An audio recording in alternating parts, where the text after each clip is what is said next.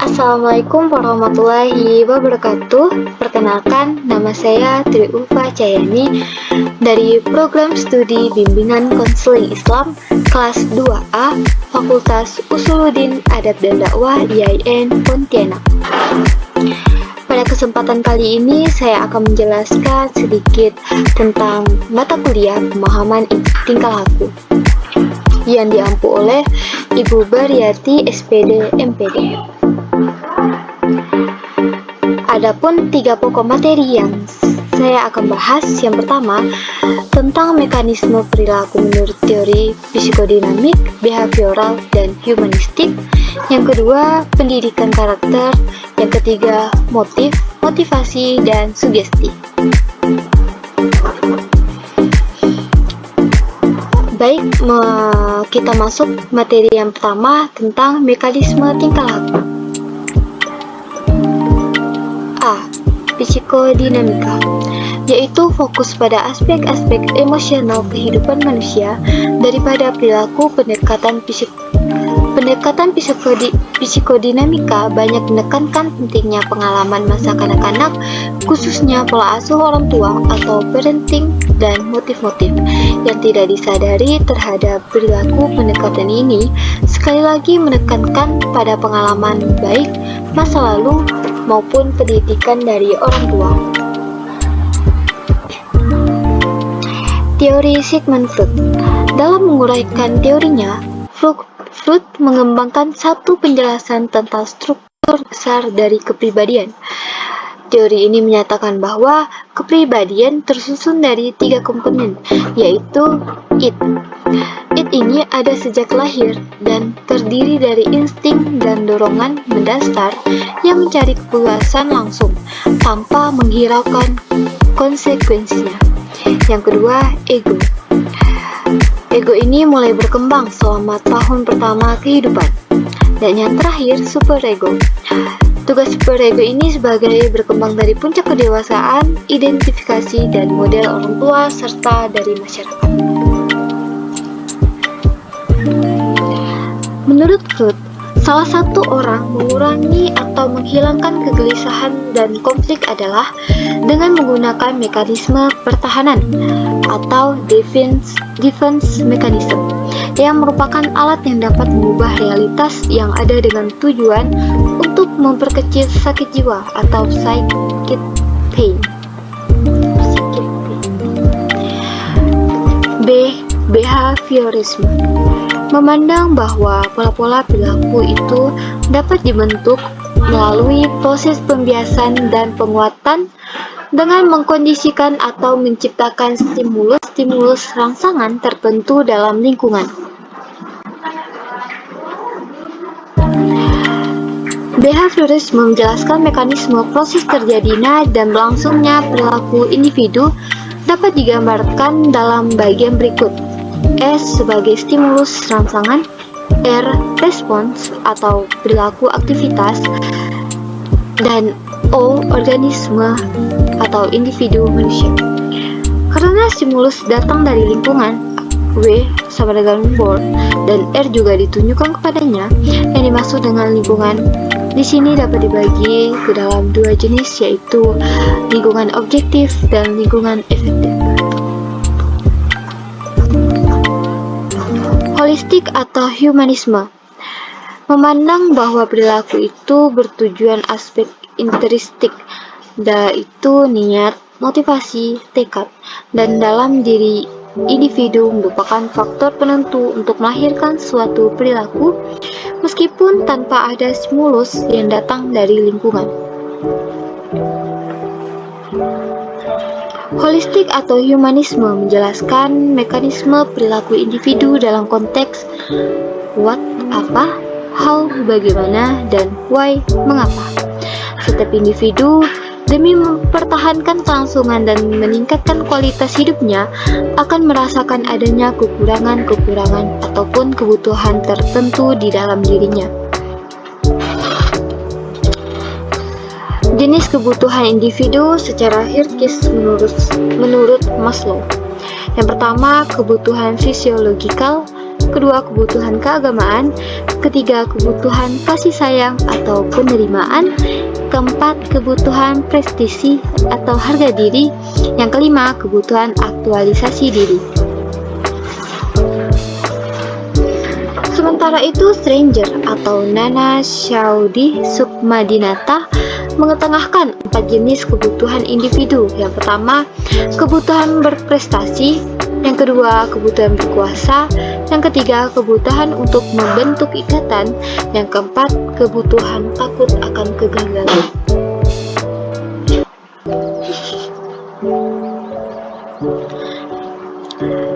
Lanjut materi yang kedua, ya kita akan membahas pendidikan karakter.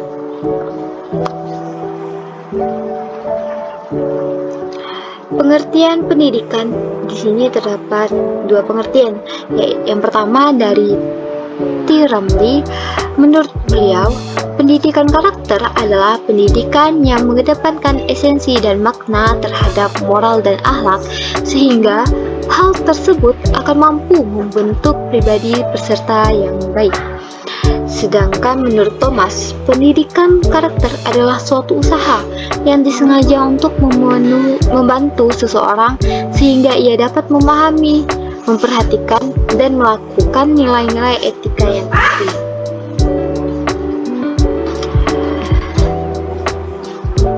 Jadi, menurut Licona memperlihatkan adanya proses perkembangan yang melibatkan pengetahuan atau moral knowing, perasaan moral feeling, dan tindakan moral action, sekaligus juga memberikan dasar yang kuat untuk membangun pendidikan karakter yang koheren dan koferensif. Kemudian ada pun tujuan dari pendidikan menurut Kemendiknas tahun 2011.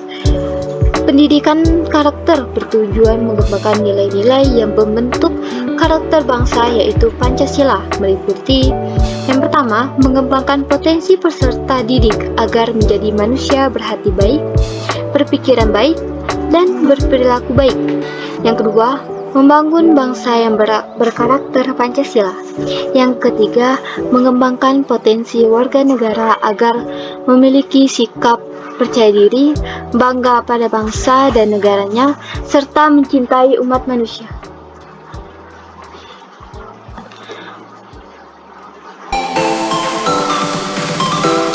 Kemudian materi yang terakhir tentang motif, motivasi, dan sugesti.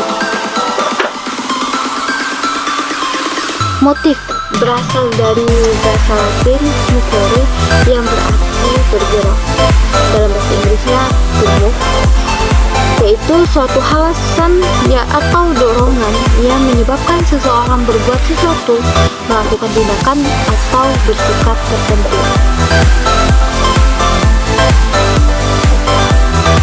Adapun menurut para ahli, yang pertama dari Gerungan, yaitu motif sebagai melengkapi semua penggerak alasan-alasan atau dorongan-dorongan dalam diri manusia yang menyebabkan ia berbuat sesuatu.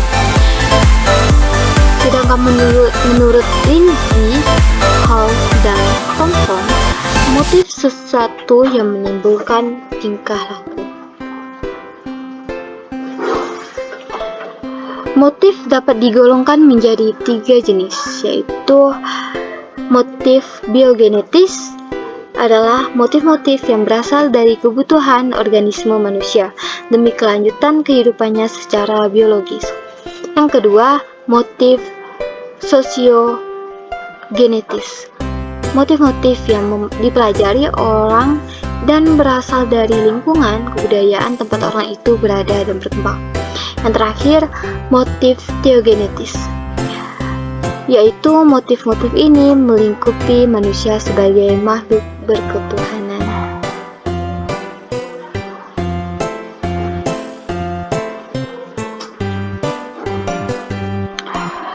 Adapun 4 faktor dari motif. Yang pertama, faktor rohaniah yang disebabkan oleh proses sosial di alami setiap orang.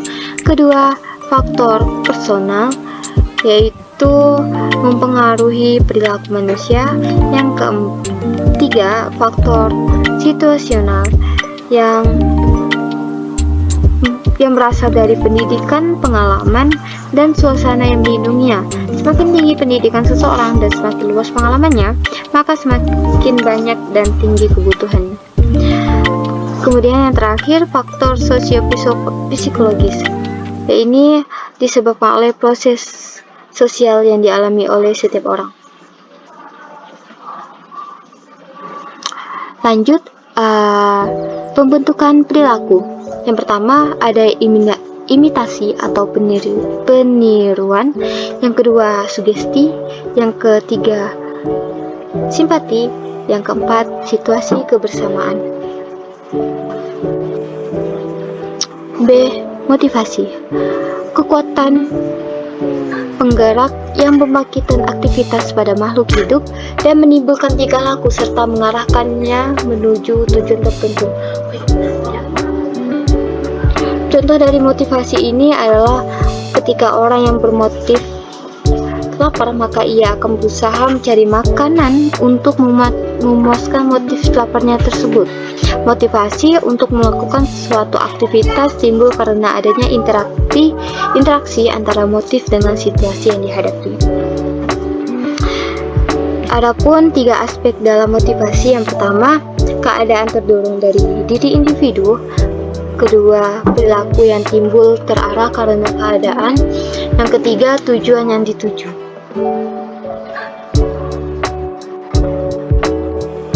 Lanjut, yaitu adapun karakteristik motivasi. Yang pertama, sebagai hasil kebutuhan. Yang kedua, terarah kepada suatu tujuan. Yang ketiga, menopang perilaku. Tak hanya itu, terdapat pula prinsip-prinsip motivasi dalam kehidupan.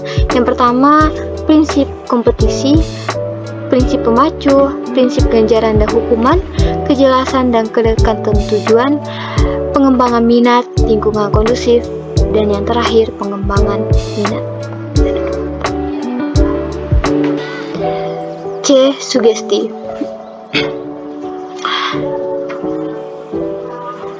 Sugesti adalah suatu pemberian pengaruh atau pandangan dari suatu pihak kepada pihak yang lainnya, baik itu negatif ataupun positif. Contoh, seorang tokoh yang disegani memberikan arahan kepada masyarakat umum agar membuang sampah pada tempatnya. Karena tokoh tersebut disegani, jadi masyarakat tersebut akan menuruti segala perintah yang akan diberikan. Nah, itu merupakan contoh dari sugesti. Adapun jenis-jenis sugesti terdapat 3 jenis. Yang pertama, sugesti kerumunan, yaitu penerimaan yang bukan didasarkan pada penalaran, melainkan karena keanggotaan atau kerumunan. Yang kedua, sugesti negatif. Sugesti ini ditunjukkan untuk menghasilkan tekanan atau pembatasan tertentu. Yang ketiga, sugesti prestise, yaitu sugesti yang muncul sebagai akibat adanya prestise orang lain.